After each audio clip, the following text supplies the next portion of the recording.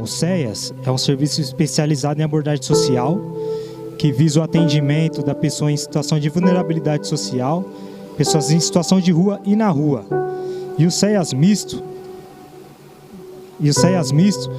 ele prejudica muito esse atendimento, porque a demanda de adulto é infinitamente maior em São Paulo e em qualquer lugar do mundo.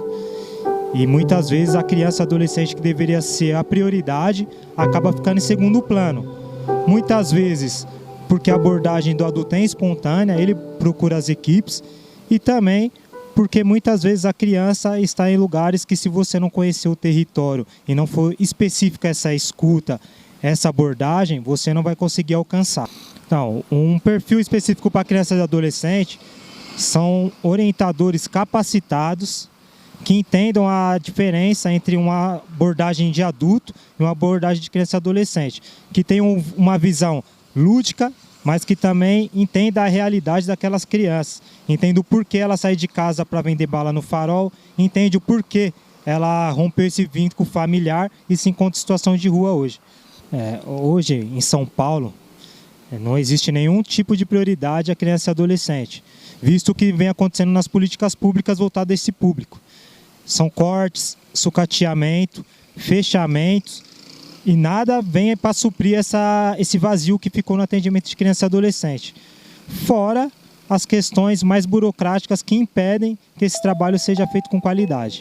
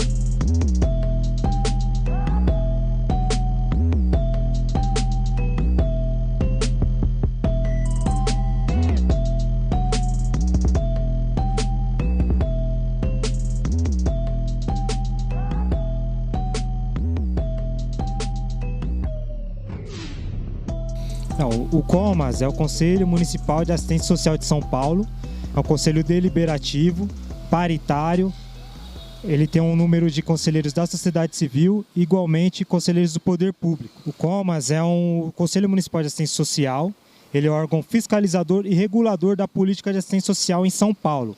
Embora hoje exista o Conselho da Criança e do Adolescente, o COMAS ele abrange tudo isso, tanto as políticas públicas de adulto, do público idoso e da criança e do adolescente. Então, dentro do COMAS, onde eu fiquei 2 anos e meio praticamente, né, foi alongado esse mandato por conta dessa pandemia que a gente vem vivendo, eu identifiquei que a criança e adolescente nunca terá voz lá dentro. Por quê? Porque é um espaço dominado por organizações sociais e os usuários que lá estão são da Pop Rua. Então a pauta de Pop Rua fica muito presente do adulto, porque a criança e a adolescente ela não adentra esse espaço e as organizações sociais só tocam no tema criança e adolescente quando está à beira de cortes. E não é isso que a gente espera. A gente espera que o trabalho seja feito de prevenção, não de apagar incêndio. E um trabalho de prevenção exigiria esforços que fossem exigidos que as políticas de criança e adolescente fossem cumpridas e que os interesses comerciais e financeiros não fossem maior do que preconiza o ECA.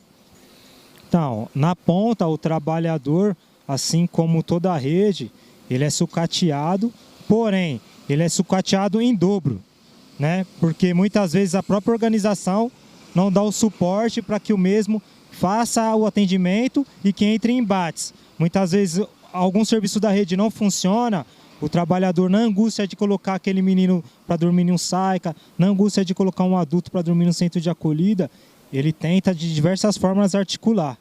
Só que muitas vezes esse embate é reprimido dentro do ambiente de trabalho, por conta de questões superiores e que muitas vezes são interesses que o trabalhador não entende no momento da abordagem.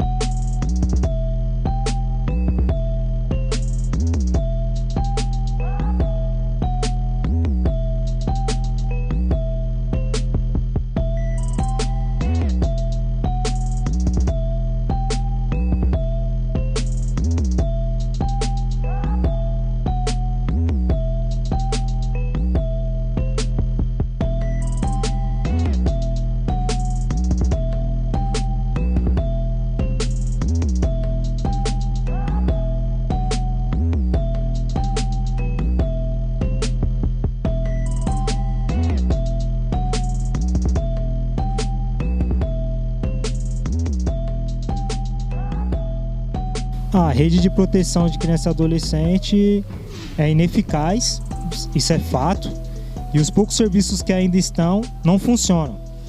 Muitas vezes, por falta de interesse do poder público em que funcione, por falta de interesse da organização em capacitar seus profissionais, porque também um profissional capacitado, ele exige e cobra o que está na tipificação do serviço.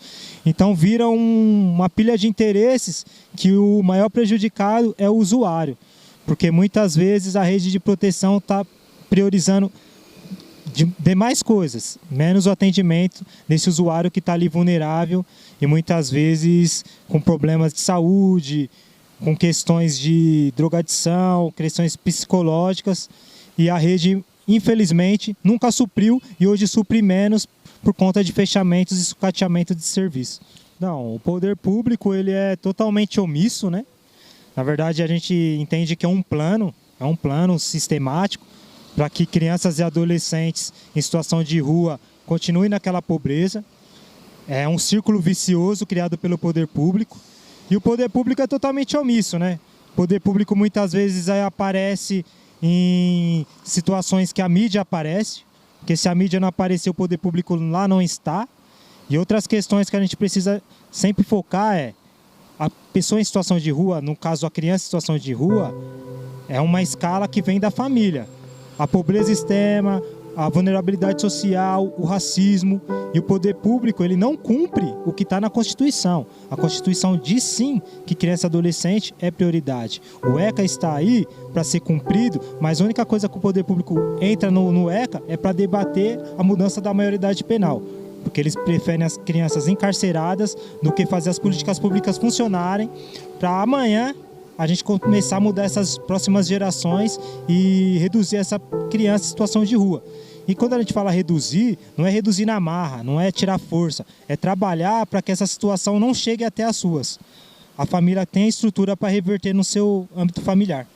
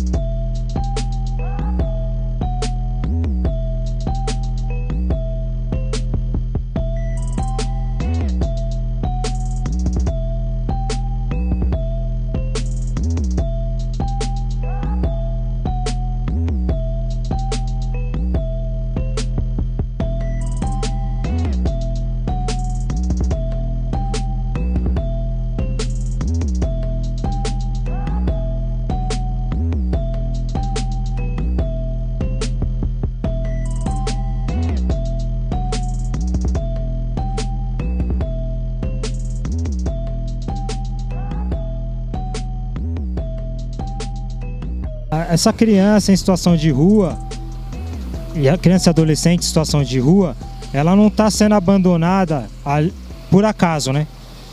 Esses fechamentos e sucateamento não é por acaso.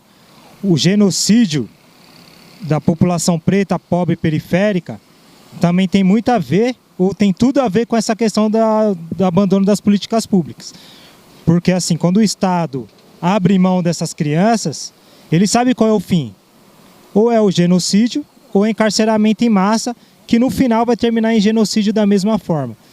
Então, tudo isso está interligado, é estrutural. A gente não pode achar que o fim das políticas públicas é corte de verbas. O fim da política pública é um plano estrutural do genocídio da população pobre, negra e periférica. Assim como o encarceramento em massa, que vai desaguar no mesma questão lá no fim da história. Tudo é como eu disse, é um plano sistemático, é estrutural, ele é feito, a gente não pode cair na enganação de achar que isso é corte de verba, é o momento que o país está passando, não. Isso daí vem acontecendo muito antes da pandemia, que hoje a gente usa a pandemia para justificar algumas coisas. Esses cortes de serviços de criança e adolescente já vem há muito tempo, como tudo que acontece do poder público, as privatizações, eles vão sucateando para ter a população ao favor para fechar ou privatizar alguns serviços públicos.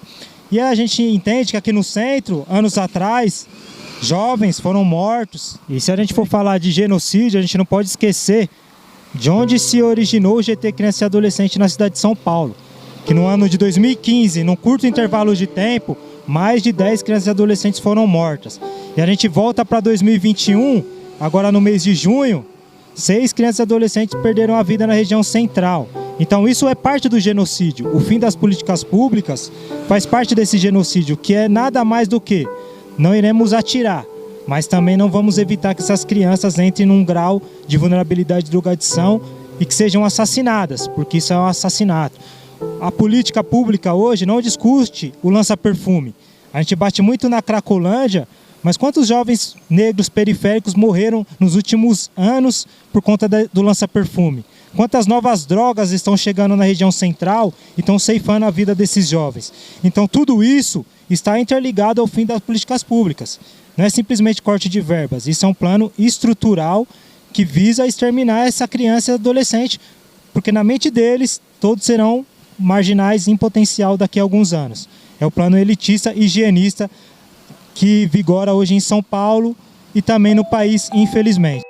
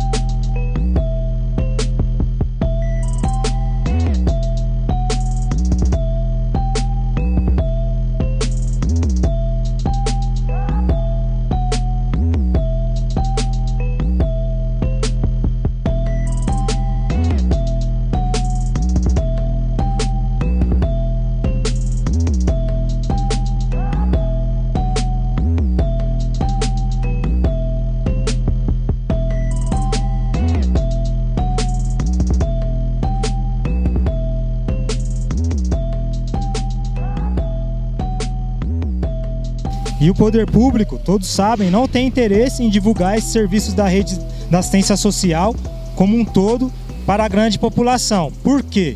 Porque a população, ela cobra aquilo que ela conhece. Todas as eleições, qual é o plano político, qual é as promessas de eleições? Saúde, segurança pública e educação. Por que a assistência social não é divulgada? Porque seria mais uma pauta a ser cobrada por essa população, a esses políticos que muitas nem conhecem a política de assistência social. Quantas vezes a gente vai em reuniões na Câmara, audiências públicas, eles não conhecem a política de assistência social. Esses são os nossos representantes nesses espaços legislativos. E outra coisa, criança e adolescente não vota. Então, os pais precisam focar em cobrar esses políticos, porque são nossos filhos, nossos netos, nossos vizinhos que estão sendo largados por essa política pública que não está sendo divulgada, aplicada e não está sendo continuada.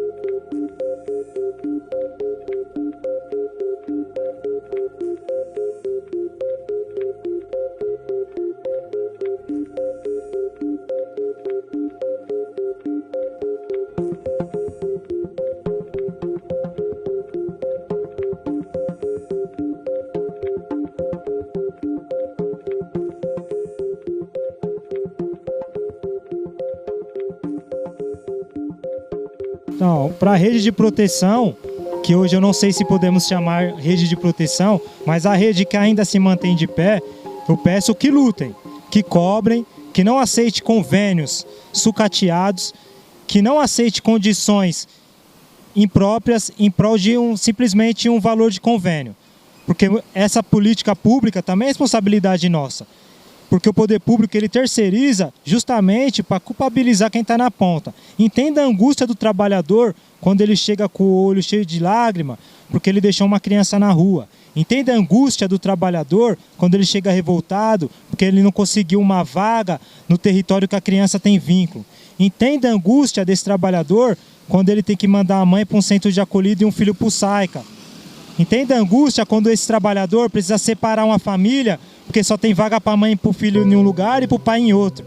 A rede de proteção precisa estar na rua, sair dos escritórios, sair da tipificação, sair daquela coisa fria do papel e entender o que acontece na rua. Porque a política que foi escrita lá atrás, talvez hoje não funcione, mas o trabalhador que está na ponta tem muito a contribuir.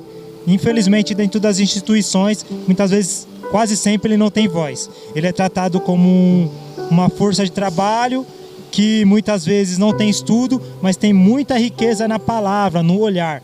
Isso precisa ser sempre valorizado, porque se na assistência social o trabalhador aponta, não tem valor, imagine o usuário. Esse é o meu recado para a rede de proteção que ainda existe.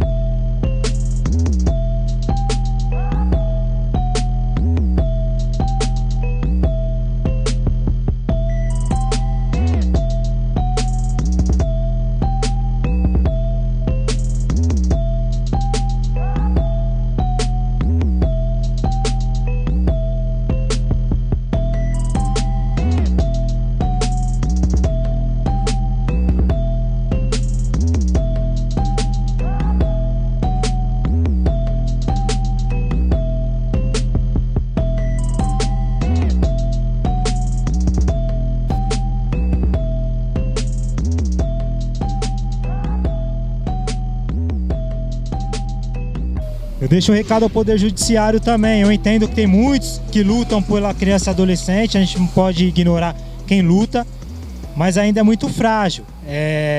Você vê a prefeitura descumprindo as questões dos SAICAS há anos. Eram para ser construídos diversos SAICAS, está ali, tem uma lei, o Ministério Público já acionou a prefeitura e sempre eles conseguem recorrer. E a gente não pode, porque enquanto a prefeitura recorre, quantas vidas são perdidas de criança e adolescente, tanto na região central como em todo São Paulo. E agora mais, com o fim do CEAS criança e adolescente, os CEAS mistos não atendem essa criança e adolescente, a prefeitura não constrói SAICAS e talvez nem precise mais construir, né? Porque se não tem atendimento, não tem demanda. Se não tem demanda, não precisa construir novos SAICAS. Isso é um plano, é sempre bom deixar claro.